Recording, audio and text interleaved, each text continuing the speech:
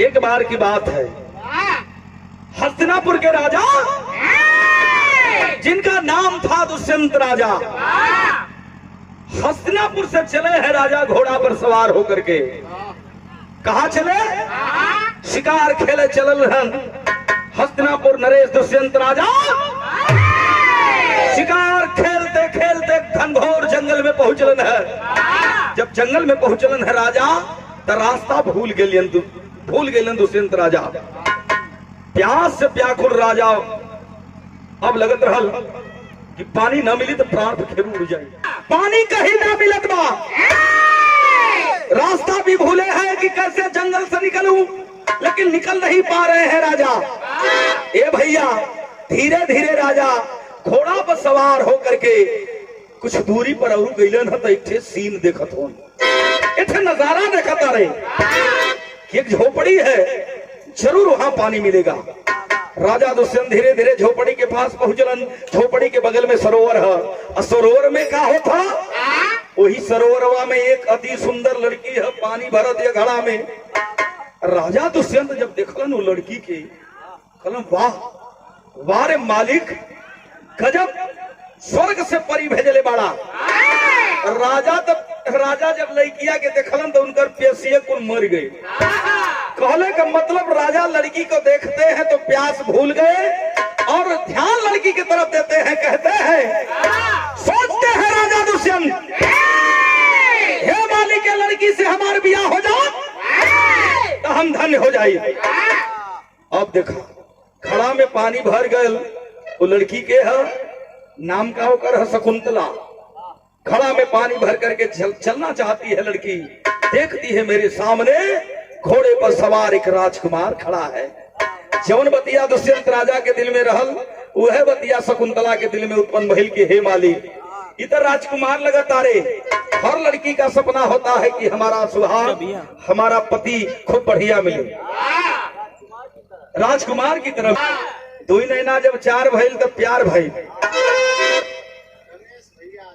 अरे वाह, इशारों के स्टार हमारे धनेश भैया, आपका कोई जवाब नहीं है। अपने केहू कितनों कलाकार बने हैं, जब धनेश भैया खड़ा हो जाला, क्या बात है, कयामत आ जाती है मालिक। छैयत म्यूजिक के मालिक, नामो धैले हुआ अपने म्यूजिक का। छैयत म्यूजिक के मालिक हमारे धनेश प्रजापति भैया, आपकी ओर से 100 रुपए का आशीर्वाद छोड़ो, बहुत बहुत प्रणाम बा। आशीर्वाद भैया कुटिया बलियाई है मड़ई पे अपने दाना पानी करौले से राजा शकुंतला के प्यार में 1 दिन ना 2 दिन ना 6 महीना गुजार दिए। अपन राजपाट कुल भूल गए ना राजा। 6 महीना बाद याद आयल कि अरे बाप रे बाप, हम के करे प्यार में फंस के अपन राजा पाट भुला गई। चलना पड़ेगा हस्तिनापुर। राजा दुष्यंत जाए के तैयारी कैलन है। अब शकुंतला कलाई पकड़ लेती है, कहती है कि हे राजा, हे हमारे मन का मीत राजा, अरे तू एक बात जानत हुआ? कलन ना प्रिय, मैं कुछ नहीं जानता। कालीन है कि हमके अतजल में छोड़ के जात हुआ, तोरे प्यार की निशानी हमारे गर्भ में पलत हो। राजा दुष्यंत के पैरों तले जमीन खसक गई। कलन ही कहिया हो गल? शकुंतला कली रजऊ ये हो जाला, कहिया होला ना हो जाला, थाहे नहीं लगेला। ये प्यार ऐसा चीज हो। कालीन है कि हमारे मांग में सिंदूर भर के चल जा। कलन ना, हम हस्तिनापुर जाती, बारात लेके गाजा बाजा लेके आई, यही मड़ई के सामने तोहरे मांग में सिंदूर डाल के अपने हस्तिनापुर का राज रानी बनाई। एक छे अंगूठी दलन ला, जब भी याद आवत अंगूठिया के देख लिया, ऐसे बतिया लिया, यही से प्यार के लिया, बोल याद शांत हो जाएगी। सब कुछ समझिए। हाँ, सब कुछ समझिए। ए भैया, राजा चले गए। एक दिन का घटना घटल, अंगूठिया से बतियावत रहल, हंस हंस के कुछ कहत रहल। तब तक दुर्वासा ऋषि वही डहरिया धे के आवत रहलन। दुर्वासा ऋषि सोचलन कि चली शकुंतला के कुटिया पर पानी पीली, प्यास लगले हो। शकुंतला के कलन है, शकुंतले बेटी, अरे शकुंतले, शकुंतला, मुझे प्यास लगी है, पानी पिला दे। 10 बार बोलौलन, लेकिन नाव का लक्ष्य खाली अपने मन के मीत की अंगूठिया में निहारत हो। दुर्वासा ऋषि के कान में आवाज नहीं खे जात, दुर्वासा ऋषि गुस्सैल रहलन, श्राप दे दिए, जा जिसके याद में तूने इस महान ऋषि का अपमान किया है ना, जा तुझे वो भूल जाएगा। ये भैया राजा दुर्वासा ऋषि श्राप देकर के चले गए। इंतजार करत करत करत करत इंतजार की घड़ी जब खत्म होती है तो शकुंतला सोच जाती है, मैं गैर इंसान से प्यार की और हस्तिनापुर के राजा थे, वो तो राजा हूँ, भुला गिल हम तो गरीब भैया, ये प्यार में धोखा हो गल। लेकिन मैं मानूंगी नहीं, अपन हक मांगे हस्तिनापुर चलब जरूर, हक ना मिली मंगला तो छोड़ ले। रोती हुई बिलकती हुई चलती है हस्तिनापुर। नरेश दुष्यंत राजा सिंहासन पर बैठे हैं, सारी सभा बैठी है और जा करके रो करके आंचल फैला करके शकुंतला एक बात कहती है। क्या कहती है बाबू? अब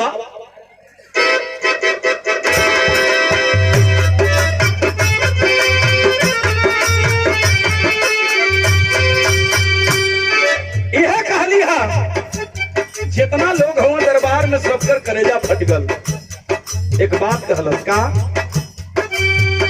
पिया बिन प्रीतिया का प्यार कोयलिया,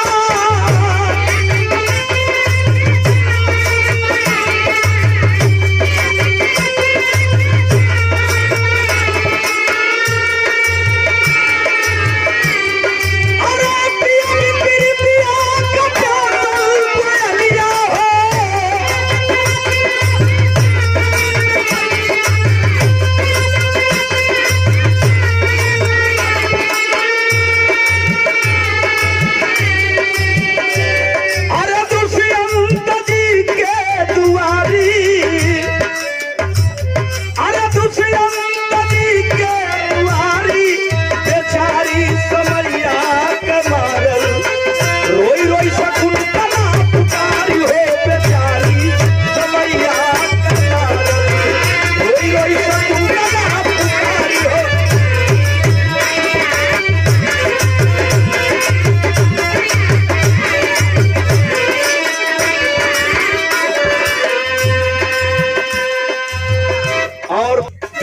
हे राजा, तोरे प्यार की निशानी हमरे गर्भ में पलत है राजा, हमरे मांग में सिंदूर ना डलवा, जहिया बाहर आई तो समाज के लोग, या दुनिया के लोग हमें दुत्कार देंगे। ऐसा मत करा राजा। राजा तो भूलल वो श्राप लगल है, हौसत होवन करन की हई पागल लड़की, ई कहां से आइल बा? ई लागत बा के धन दौलत के कुछ लालच बा और हमें लांछना लगा रही है। तब रो करके के बात कहती है कि हे राजा, तोरे चरण के दासी बन के रह जाई, लेकिन हमके दुत्कारा मत। एक बात कहली है का, सजना सिंदूरवा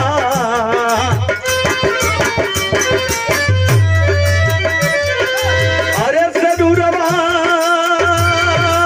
हो,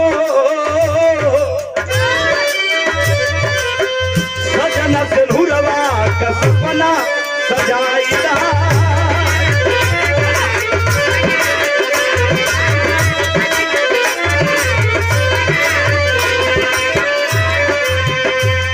अरे अपने चरनिया का दास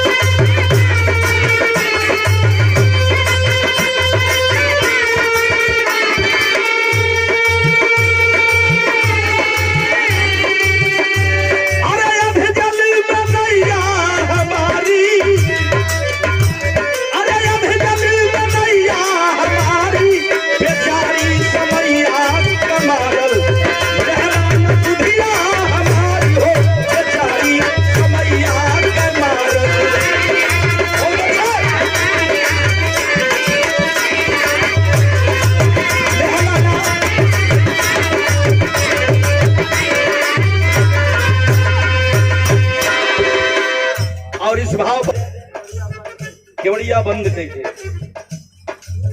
और तमाम हजारों कैसे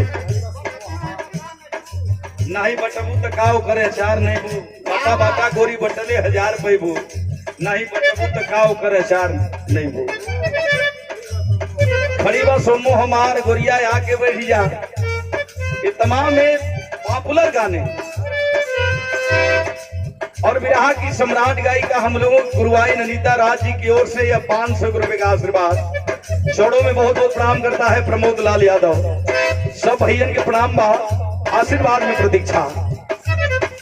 राजा दुष्यंत हाथ के कहलन की अरे ये लड़की पागल लगती है।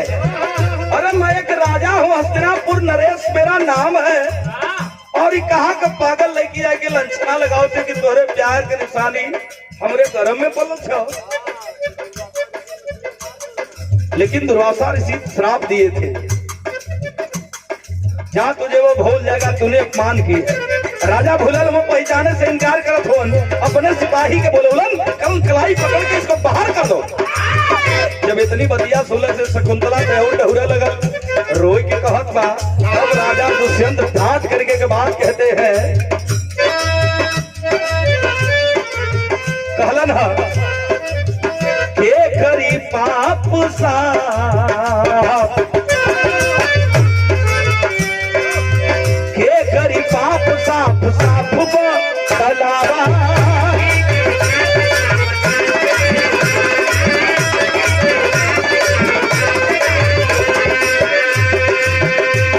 अरे झूठ ही गलत जली हमके लगावा हो।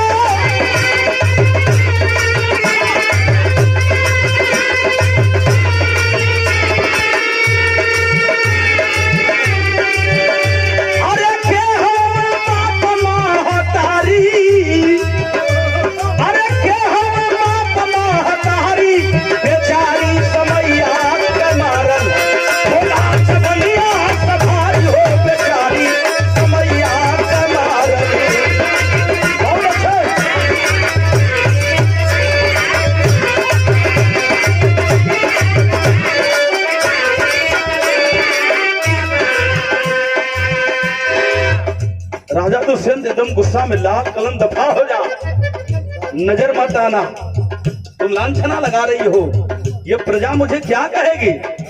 ये भैया कलाई पकड़ के सिपाही बाहर कर देले बा रोत हो बिलखत हो अपन हक ना मिलल है। यह मन में सोचत हो कि हे मालिक ये महल से बढ़िया हमार झोपड़ी हो हमार मड़ई है हमार मड़ई में गुजर हुई। मड़ैया में आयल तो कहा आयल कौन ऋषि महाराज के आश्रम में गाजीपुर जो आज करंडा है वही करंडा में कौन ऋषि महाराज रहा करते थे उन्हीं के नाम से करंडा है। वही करंडा कौन ऋषि महाराज के आश्रम में आती है 9 महीना 10 दिन के बाद एक पुत्र रत्न की प्राप्ति होती है। तो हुआ क्या आईली झोपड़िया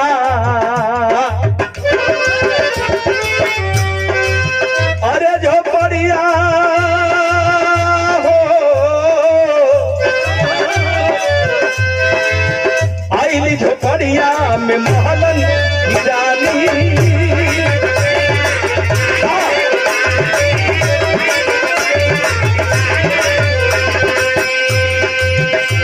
अरे गोदी खिलल सुघर प्यार के निशानी हो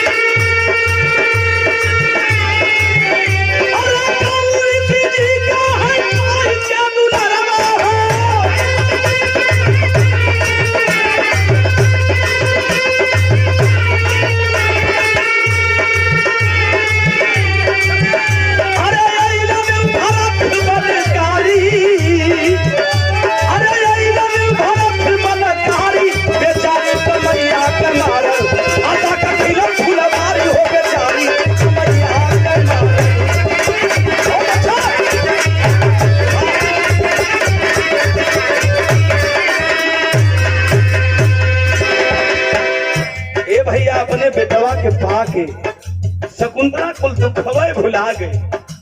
वाह, बेटवा के लेके खुश बा। नामकरण वही करंडा की धरती। कौन सी महाराज नामकरण करते हैं बिटिया, रोना मत, कभी आंसू मत बहाना, क्योंकि इंसान का भाग बदले न बदले लेकिन समय जरूर बदलती है बिटिया, समय जरूर बदलती है। जो तुम्हें धोखा दिया है, जिसने तुझे राज दरबार से भगाया है, वह एक दिन जरूर आएगा। दिलासा देते हैं। बेटवा धीरे धीरे 6, 7, 8 साल का हो गई बा। एक दिन के बाद घटना घटल बा। तो है लड़का खेलत खेलत खेलत जंगल में गया। अब बैठल शेर है और शेरवा का जबड़ा फाड़ के लड़कवा का नाम का है भरत। इस आर्यावर्त का नाम उसी भरत बेटवा के नाम से आर्यावर्त का नाम भारत पड़ा। भरत बेटवा खेलत खेलत शेर का जबड़ा फाड़ के तब दांतवा गिनत रहल। उहे राजा दुष्यंत शिकार खेलते खेलते उसी जगह पर पहुंचे हैं। देखला ना घोड़ा पर सवार दुष्यंत राजा की। अरे बाप रे बाप, अरे कौन माई जन्मौलस कौने बाप का बेटवा हा कि बैठल शेर के जबड़ा फाड़ के दांत गिनत है। मामूली लड़का ना है। चल के बेटवा के तनी से उठा के गोदी में खिला ले। लक्ष्य बना करके राजा दुष्यंत जी चले हैं कि बेटवा के उठा ले। तब हुआ क्या,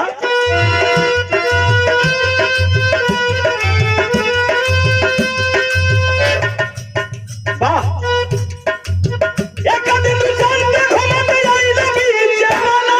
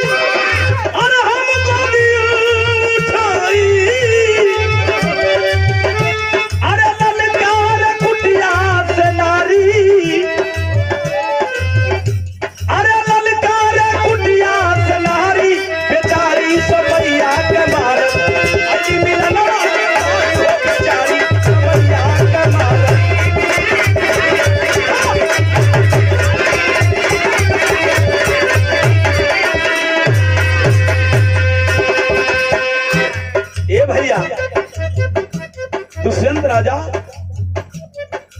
घोड़ा पर से उतर लगा। लड़का बड़ा नीक लागत। शेर का जबड़ा फाड़ के दांत गिनत शेरवा खेलत खिलावत है। दूर कुटिया रहल शकुंतला देखती है कि कौन सी महाराज दाहिने भुजा में काला धागा बदले हुए। जंगली जीव जंतु अन्य प्राणी अगर स्पर्श करेगा बच्चे को तो जल करके भस्म हो जाएगा। दूर कुटिया पहचानत नहीं, सोच जाती है शकुंतला की अरे कोनो मनई हो, घोड़ा पर से उतरल हो, हमारे बेटवा के उठाई तो जल के भस्म हो जाएगी। बुलाती है, चिल्लाती है, भैया बेटवा को मत स्पर्श करिएगा, मत उठाइएगा। लेकिन राजा के कान में आवाज ना जाता, लक्ष्य तो वो बेटा है। गोदी में उठा के वो लड़का के खिलावे लगलन है। दौड़ करके आती है, 20 मीटर की दूरी पर थमक जाती है, देखती है, आंखों में आंसू का धारा, एकदम सावन भादो कधार हो गई लखिया, और रोती है, कहते हैं कि अरे जब राजा हमके राज दरबार से भगा दिलन, आज जो है राजा की गोदी में बेटा को लेकर के खड़े हैं, राजा जले नहीं। धीरे धीरे दुर्वासा ऋषि महाराज कहे थे, श्राप देते समय बेटी जान गई थी, क्षमा मांगती रही। और कहे दुर्वासा ऋषि महाराज कहे थे, जब तुम्हारा मन का मीत अगर फिर जंगल में लौट करके आएगा तो श्राप कट जाएगा।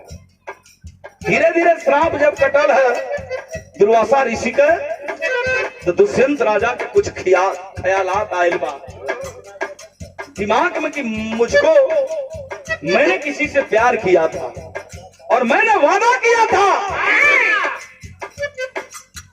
कि मांग में सिंदूर डाल करके तुमको मैं अपने राज की राजरानी बनाऊंगा। हाथ में लड़का है शकुंतला रोई के कहस की हे राजा, हे प्रियतम, क्या और किसी का बेटा नहीं, आपके प्यार की निशानी यह भरत बेटवा आपका है। राजा कलम के, अरे बाप रे बाप, हमके तो लगल जन्मों जन्मांतर बीत गई हो रानी, अगर हमसे कोनो गलती हो गई तो मुझे सजा दे, मुझे प्राण दंड दे दे प्रिय, ये तुम्हारे सामने हस्तिनापुर नरेश नतमस्तक है। शिष्टाचारी नारी शकुंतला जाकर के चरण को पकड़ लेती है और अपने अश्वन की धारा से राजा दुष्यंत चरनिया धोत रहा। दुष्यंत राजा उठा लिए गोद में, छाती से लगा लिए, कहते हैं नहीं प्रिय, आज तुम्हारा वो दिन खत्म हुआ, तुम अभागन अब सुहागन बनोगे।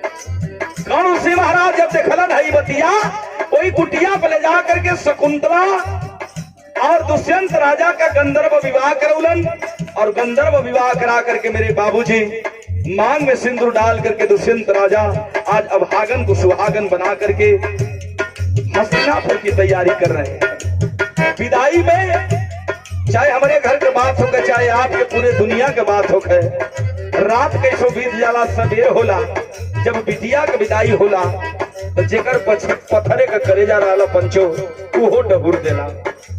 शकुंतला बिटिया की विदाई में चिड़िया चुरमुन पेड़ पौधा सब लोग रो रहे थे। विदाई हो रहा बा, कितना भाव अच्छा हो।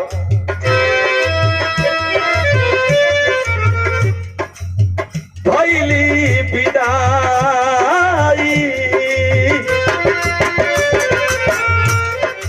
अरे विदाई हो, भैली विदाई, कटल विपदा कठिनवा।